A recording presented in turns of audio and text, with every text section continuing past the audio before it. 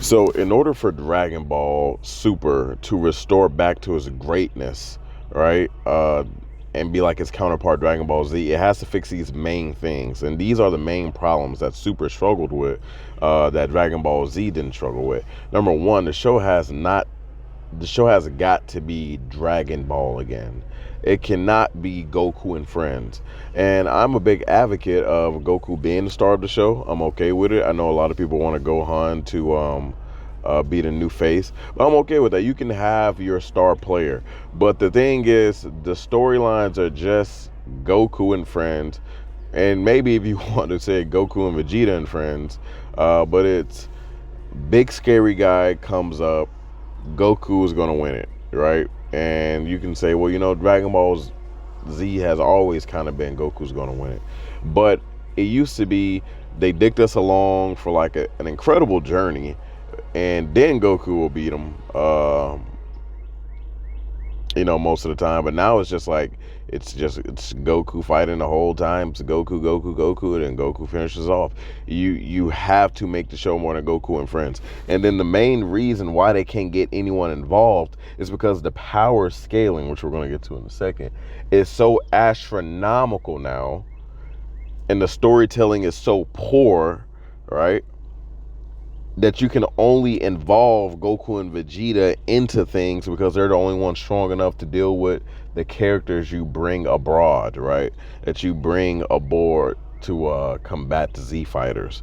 All right, so that's why it's become Goku and friends, because the scaling is so high and they have done nothing to progress everybody else's story and string. So therefore, it can only be Goku and friends, right? And let's get to problem number two, the storytelling. You have more ways to make a villain interesting and to compile a story than just pure strength. If you do not put together a story better than just pure strength, which Dragon Ball Super doubled down on Dragon Ball Super with the Tournament of Power and stuff like that, then it's going to be impossible for you to involve a Krillin or a Chi-Chi or a Gohan. You're like, why are we talking about all these characters? Everyone can serve a purpose, but because Dragon Ball has only turned into a power fest, right? Then they won't serve a purpose. And it's like, why are they important? But there's literally 1,000 ways you can get them to be important if you focus on stories that center around storytelling, plot, right? Duality in stories where this is going on at the same time, this is going on. You have group A, group B. If you look at like Avengers Infinity War, everybody served the purpose, right? If you follow Avengers Infinity War, everyone served the purpose. From Shuri, if you don't know who Shuri is, she's the scientist who doesn't have a lot of powers, but she was smart. She was taking Vision Stone out of his head. She served a huge purpose. From Black Panther, Captain America, and them saving those guys and bringing them to Wakanda. Wakanda served the purpose. And Groot and Rocket, they served the purpose. And Groot cut off his arm, helped Thor build his arm. You can have a story without just purely power scaling. But if you lack a story, right, and if it's just strong villain appears, then you cannot get everyone else involved. And now it's like, well, why are these other characters even here besides just spectating, being amazed of Goku? We could be amazed of Goku as goddamn fans watching the goddamn show. So you need to bring back storytelling. You need to bring back purpose and allow these guys to get into the mix without strictly just power scaling. If you do strictly just power scaling, then you have to be creative. Majin Buu storyline was a great example how everyone got involved and served the purpose, from Piccolo training the kids and them being the ones because Goku's out the way and Vegeta's out the way. And that's because you created these stories to allow these other characters to serve a purpose, right? You allowed the hyperbolic time chamber to serve a purpose in their hideout up there. You allowed the senso beam to serve a purpose. There should be more purpose put into characters, like the development of senso beams, so they can, like, following a character, like going to go get some secret ingredient because senso beams has ran out and they need it because such and such is hurt and they're their only hope right now. So now we can actually have a purposeful quest where you can involve people that don't have to necessarily be that strong, but we can now have quests and stories built around them because they're going to support the main plot. So now you can involve characters that haven't been, like Yamcha and Chi-Chi. You can just make a crazy team of like people who've literally never been important. Now they're important because there's this race against time to figure this out and clue solving to get these senso beams and get them restored to bring them to such and such, who Krillin's going to be the guy to get it, and he has to win the race to get it to Gohan, so he can get it to Vegeta to restore his power because Goku is trapped in some type of whatever. But you see how now like everyone can serve a purpose, and now you have more quests and story and just strong villain, new transformation, which gets us to our another problem Dragon Ball Super had. You have already nerfed almost every transformation you've ever came up with other than Master, Ultra Instinct. Every transformation has been nerfed. Super Saiyan God has zero importance now. Super Saiyan God, Super Saiyan, who you're basing the show around, or Super Saiyan Blue, has zero purpose now because you've nerfed them into the ground. You've watered them down into the ground. You've literally watered down all your transformations because every time something arises, you figure, wow, how the hell are we going to write ourselves out of this one? Because we already made this transformation, but we have to introduce a new character. But the only way this character is interesting that we can make them is to make them super strong. Well, what the hell do we do now? Make a new transformation.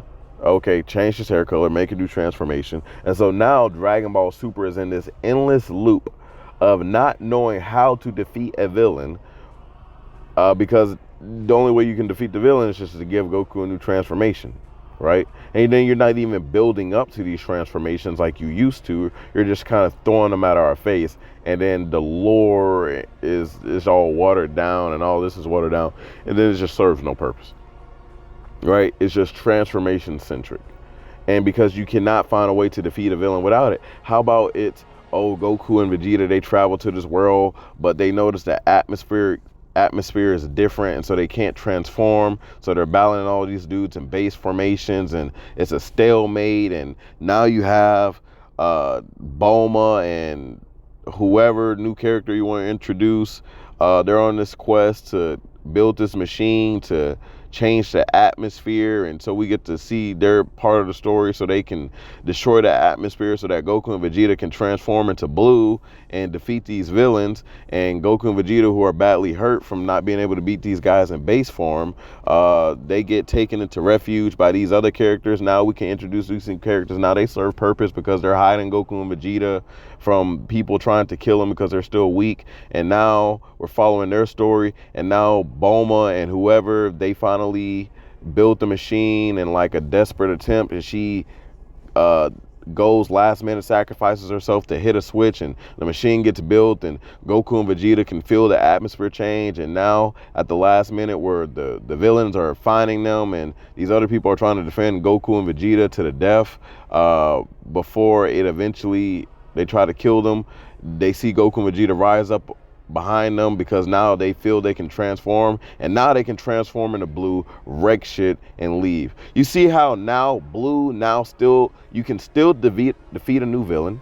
You've created a story where everyone is involved, and now you found a way to keep the significance of blue, the transformation itself, and to keep it protected and to not keep it watered down. It's still strong. Oh man, this whole arc, we're just waiting, man, if only they could turn into blue, if only they could turn into blue. And this whole arc, we've got other characters involved, there were stakes involved, and we didn't need a new transformation, and we protected our sacred transformation that we're marketing the whole show around. But Dragon Ball Super does not want to do that, right? So it has to fix storylines, right? You have to compel more stories and purpose for characters, so that you don't have to just pop up a new transformation to defeat a character, so that you don't have to just make a character strong in order to make them interesting. Therefore, no other character can have a purpose on the show because the scaling is so bad. And sometimes because you make the scaling so bad, but you want to include these characters, you'll just break the power scaling at all and have characters hang around with other characters in fights